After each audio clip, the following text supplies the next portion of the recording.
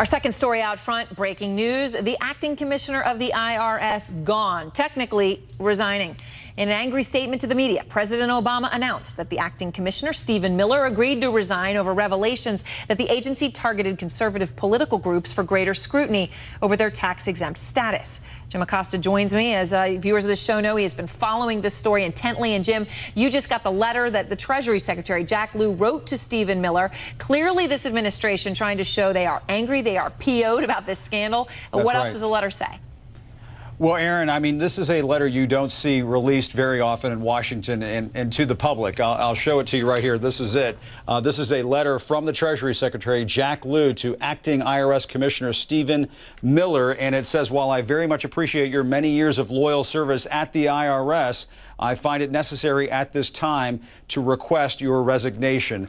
Short and to the point, and another sign that the president is starting to get serious about this scandal. With a growing chorus of criticism that the president has offered only a weak response to revelations of political targeting at the IRS, Mr. Obama seized the moment to get tough. Today, Secretary Lew took the first step by requesting and accepting the resignation of the acting commissioner of the IRS.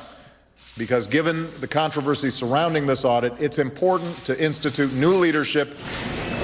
At a congressional hearing on the widening scandal, Attorney General Eric Holder vowed to follow the facts wherever they lead. Anybody who has broken the law will be held accountable. House Speaker John Boehner already has the punishment in mind. Now, my question isn't about who's going to resign.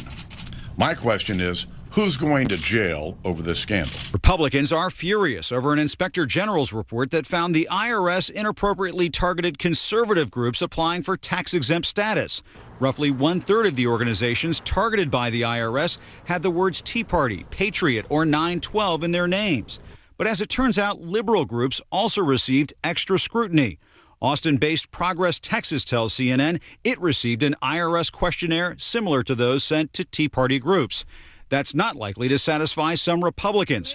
Florida GOP Senator Marco Rubio accused President Obama of creating a culture of intimidation that led to the IRS abuse. These are the tactics of the third world. Some Republicans argue Democrats have been raising questions about the tax-exempt status of Tea Party groups for years. Just last year, a group of Democratic senators wrote the IRS commissioner asking whether the agency is investigating or intends to investigate tax-exempt political groups. Democratic Senator Max Baucus says the concern was always bipartisan. Some of my friends across the aisle are claiming that the IRS was just doing what Democrats wanted in examining these conservative groups. Let me clear up this misperception. I, for one, have never advocated targeting conservative groups. Many in Congress fear current laws would only lead to firings for the IRS officials involved in the scandal. Ohio Republican Mike Turner wants to change that. We want to make it a felony so we don't have this again. Our goal here is that the penalty be high enough to stop the activity. And President Obama will be facing more questions about this. He is scheduled to hold a news conference at the White House at noon tomorrow.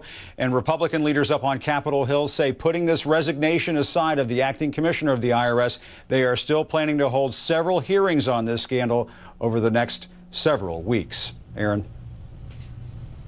All right, Jim Acosta, thank you very much. Another big issue facing the president and still